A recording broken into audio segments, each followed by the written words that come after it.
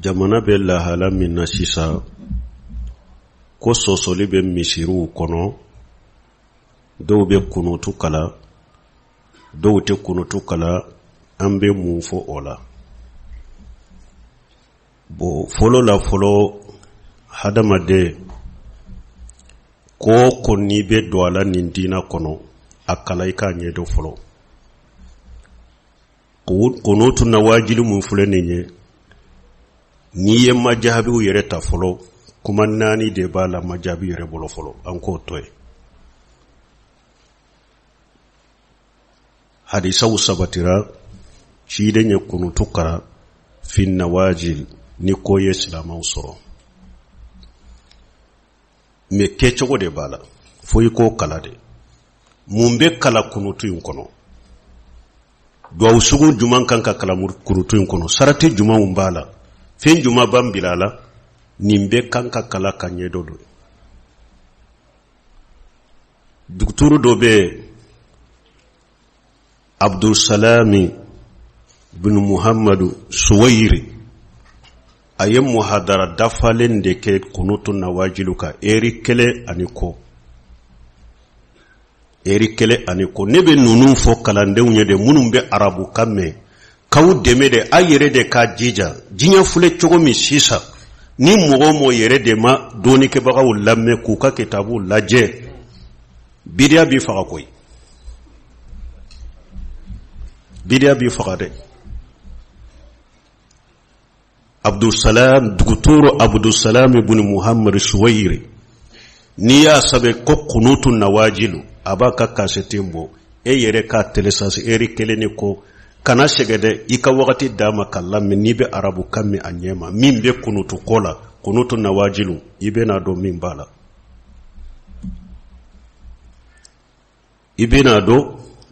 la. Kunutu nawajilu a bɛ kɛ. Mais fɔlɔ fatawa de kan ka kɛ, bɔyɔrɔ de b'a la. O ko n'i y'a lajɛ yɛrɛ, ciden yɛrɛ ka ɲɛnamaya bɛɛ, a ka kunutu kalan yɛrɛ, a tɛ tɛmɛ siɲɛ 2 ɲɔgɔn kan. Komi ko gɛlɛnw mana ciden tɛrɛ la, mais a ka kunutu nawajilu ma caya o.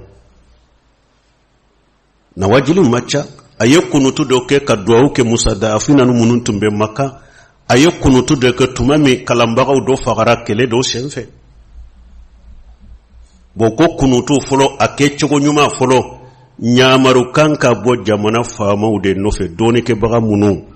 n'u silama ɲɛmaw dɔ, fatawa ka bɔ u fɛ. Ni faama ka ɲamaru kan ɲɛ, jamana an bɛ lahala min na, misiri bɛ ka kunutu kala. Kunutu tɛ fawda ye o. A ka di ye ne ka misiri kɔnɔ k'a kala, a ka di ne ɲa ka misiri kɔnɔ k'a kala, o tɛ. U bɛ misiri kelen kɔnɔ, dɔ bɛ kunutu kala, dɔ tɛ kunutu kala. Ninnu bɛɛ ye de ka mankan ni fatina de don misiriw kɔnɔ.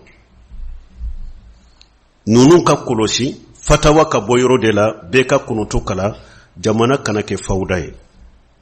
Min ka di min ye y'o kɛ. Dɔɔnikɛbaw ko nin ka kɔrɔsa la fɔlɔ. A filanan, Ibn Qayyim ko rahimahullah, a ko kana duwawuhu kalimati yashirati, ko ciden ka duwawu ye kuma nɔgɔmaw de dɔrɔn, kuma surumaw, kuma janw tɛ o, kuma surumaw. A ye kunutu min kɛ kabila minnu ye kalanbagaw faga, Allahumma alayka bi'ir ali wa jakiwana wa ushayatan wa bani lahayana, a banna. Ciden ka kunutu ma ana duwawu kɛ silamaw ye yɔrɔ dɔ la, ou bien ana kafiru danga yɔrɔ dɔ la, banna.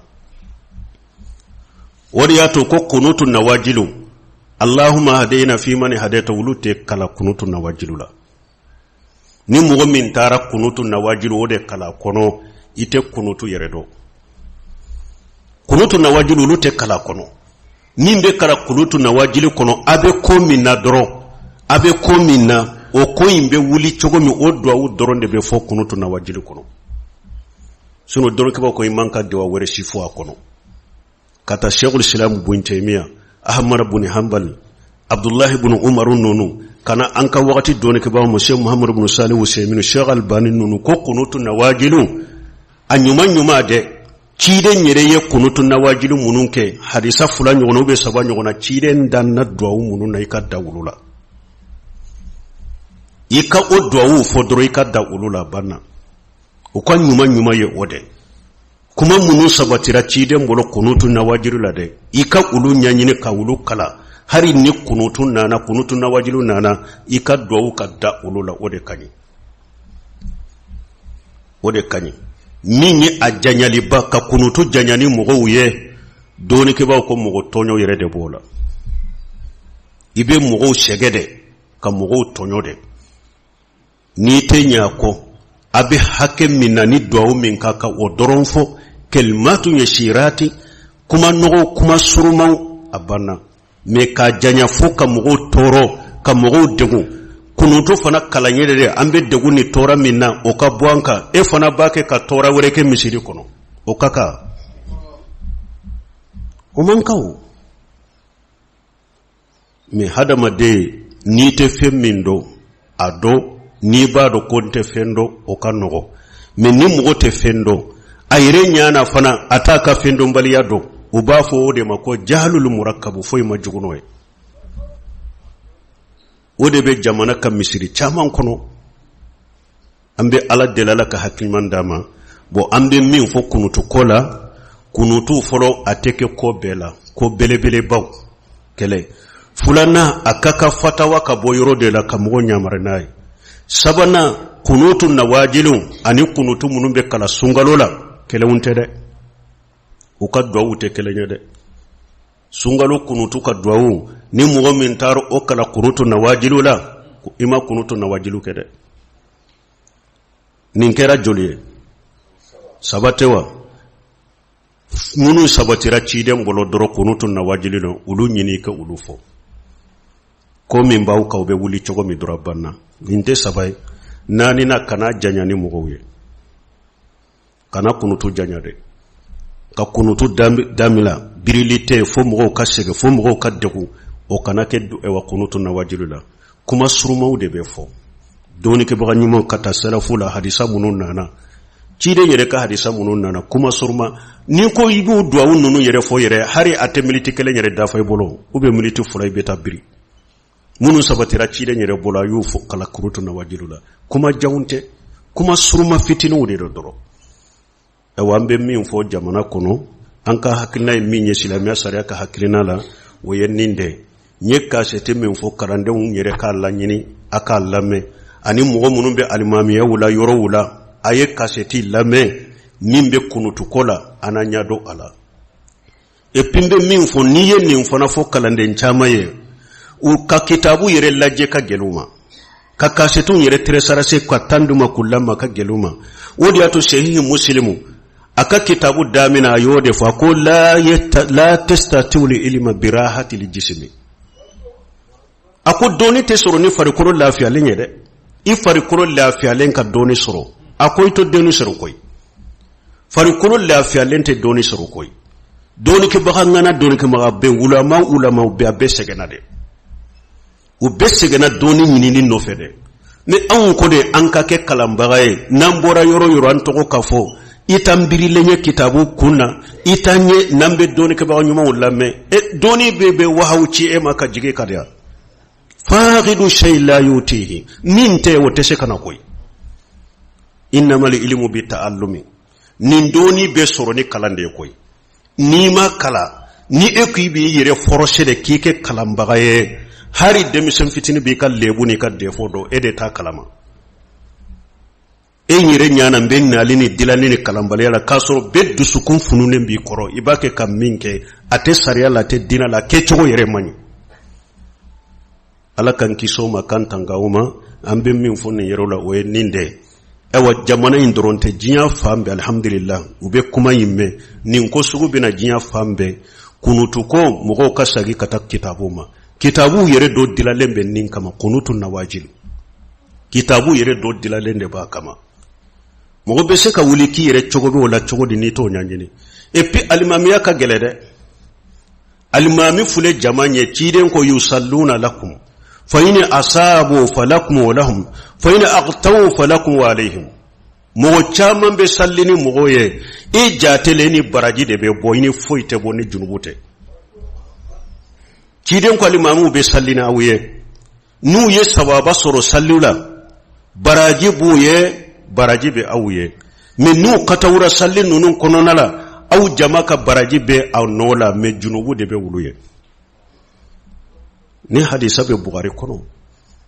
donc almamiya te fendeniye wodi yato ndella kame Muhammad Mutari Shinkati ako dobe ke almamiya sambi sabaibe mogo la salli e ba ni miri baraji min bi bula ko lagara ni shera lagara kene kay ba soro baraji denkelenti boloye parce que dusun kalasi baliya min tumbi bolo ube ni famu baliya min tumbu bolo ube ni ba ke kafe undoko te dina kono te sariya kono ibe okeni mogo ye ako mogo do beseka sambi saballa sallini mogo ye e ba jate baraji min bi bolo ibe shella gare ba soro baraji denkelenti boloye alaka nkisoma kantango malaka hakliman di jamana konona do jamana kofela do mogo be ni islamiya sariyali ni almamiya wala alaka hakliman duma ukashigi kadoni ke ba nyuma unka kitabu laje ukashigi kadoni ke ba ulame nube koko ke uka kene ake chogo nyuma ye alako no yanye aha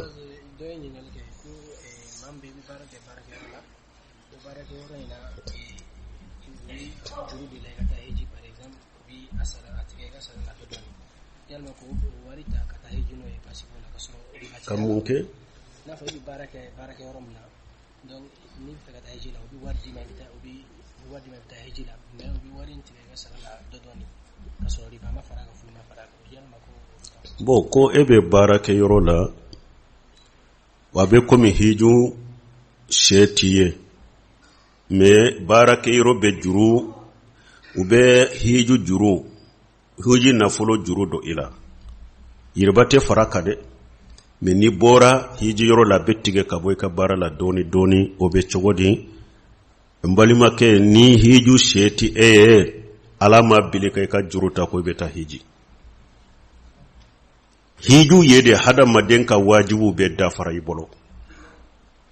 ikanna fakati dafalembe ebolo ni hiju pashe bora ala kata hijuru yola fokana ikanna fakati dafalembe ibolo wajibu munun buka ini shiyoro munun kaka obu bolo ika demba na fakati bu bolo o be sabatilem bi bolo fengo fe ni islamiya sare ka wajibi do o be dafarai bolo jurutila na fulum min beto iko fe ne na nabi lata makka kina di hiju wajibra edeka menin ni masro bolo iyere lafiya hiju tika kana juruta ko beta hiji wa alaikum salam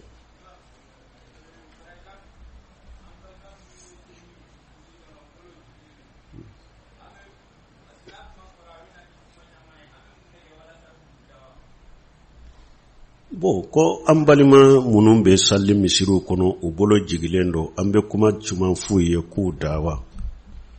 bo minye bolo mina ni bolo jigi o mashe ka mo dawa o shera mo be masisa mo minya bolo jigi asallira nama bolo mina ko adusukun kono hadisa munun nana chide bolo ko bolo kamina ama uluko adusukun kono ale fana famu do de ba bolo do ya bolo jigi asallira akasalli ka kene ama bolo mina minke amankera o de brajila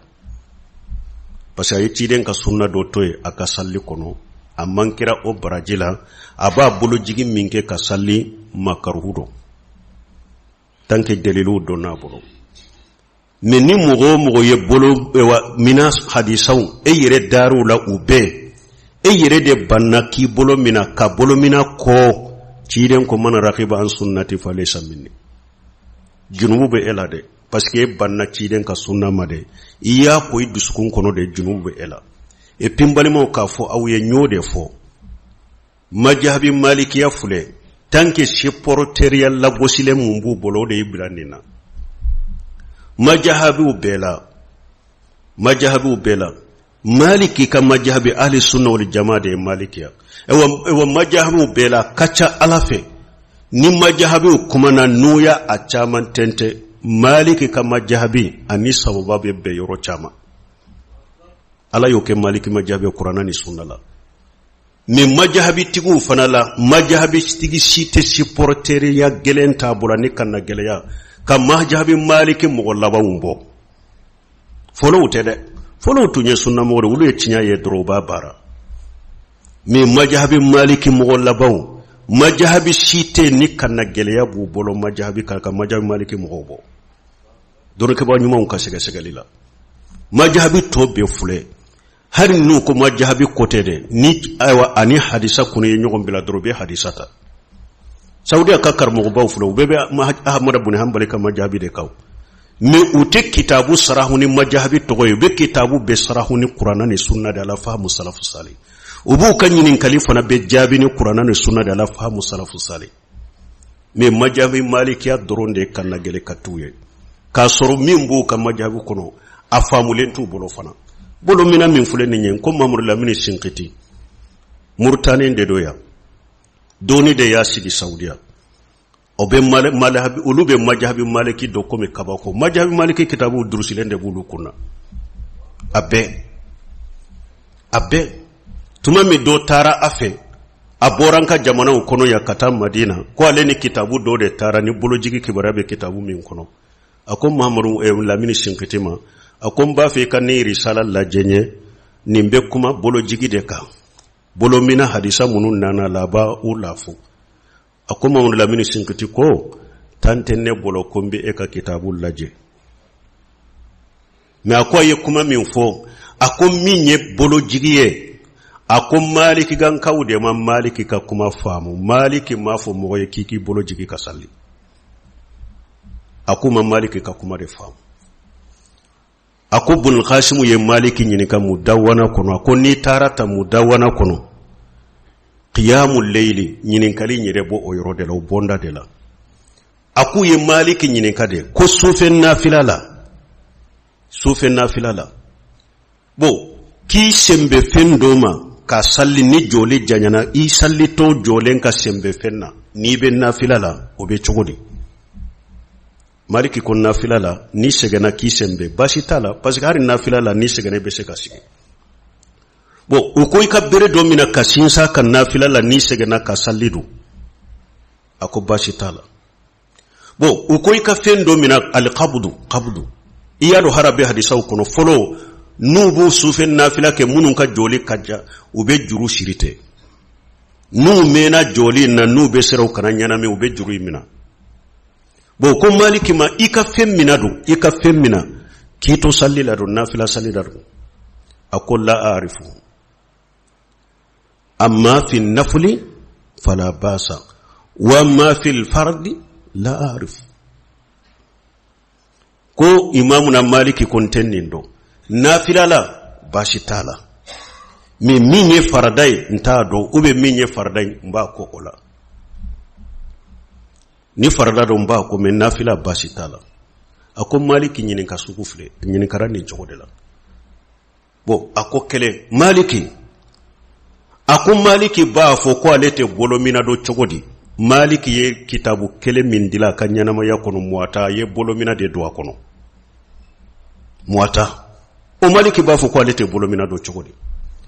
me ako kabudun ko maliki tunte ki bolo mini disi ka sallila ko maliki nunun tunto wele qabudula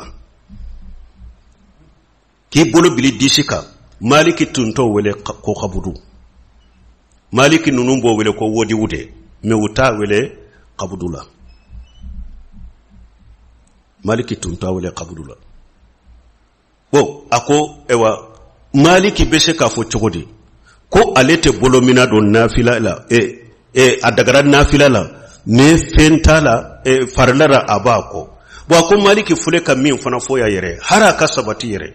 maliki kafo ko bolo mina dagara nafila la ko abako fardala maliki gan kaw kanka de lanyini ni faragulaw parce que don ke ba ko min sabatira nafila la min dagara nafila la adagara fardala ni de la mana kabal maliki gan kaw tun kanko nyino chogodi fardani fardani nafila bora nyogon koro delila juman nana ka fardani nafila bo nyogon koro sallira ko bolo kanamina akoy sika maliken kaw yonyini na ya suru maliki ka faragu do fardani nafila che bolo minala della kan ka nyini olaw isisinaw juman nana kubo nyogonna na ya sura kambe bolo mina de la de la juman nana kan nafila ni farda bo nyogonna bolo mina lila o kanka nyini kan nyini ciden ka risala obewa ote donc ko maliki gan kaw fule ka qabudu min tafsiri maliki ya qabudu min na ko basi tala nafila da makarudo sallila ako maliki gan kaw fule ka koroke minye ka ewa kinin bolo da numan bolo ka idisi ka sallila ako laysa bisahihi mamlamun sin kita ko sahalenta de